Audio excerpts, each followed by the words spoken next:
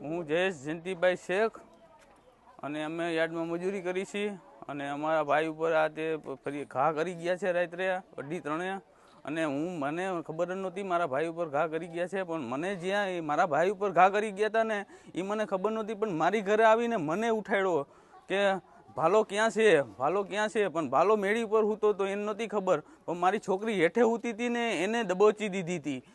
દીધી ને એને ધોકો હાથમાં મારી દીધો છે. ધોકો હાથમાં માર્યા પછી મારી છોકરી બોલી પપ્પા પપ્પા પપ્પા પપ્પા હૂતા હતા, પપ્પા બે ભાન નહોતા પણ પપ્પા હૂતા હતા. પપ્પા ઉઠ્યા ત્યારે સીડીના દાદરેથી હેઠો ઉતરો હું, સીડીના દાદરેથી હેઠો તો એ સામેવાળી વ્યક્તિ સીધો ધોકો લઈને મને મારવા આવ્યો